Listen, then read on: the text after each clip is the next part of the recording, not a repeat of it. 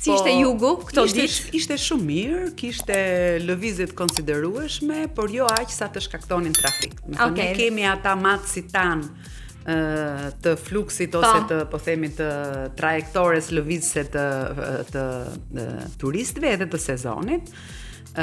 Mendoj që qershori ka filluar mirë, sidomos në raport me qershorin e vitit 2024, ku kishim ato luhatjet shumë drastike midis plazhe bosh dhe plazhe plot. Ndërkohë që si vjet, po themi, është diferenca ose ajo kurba e trafikut është më e butë, është më e qetë dhe më rrjedha, është më normale.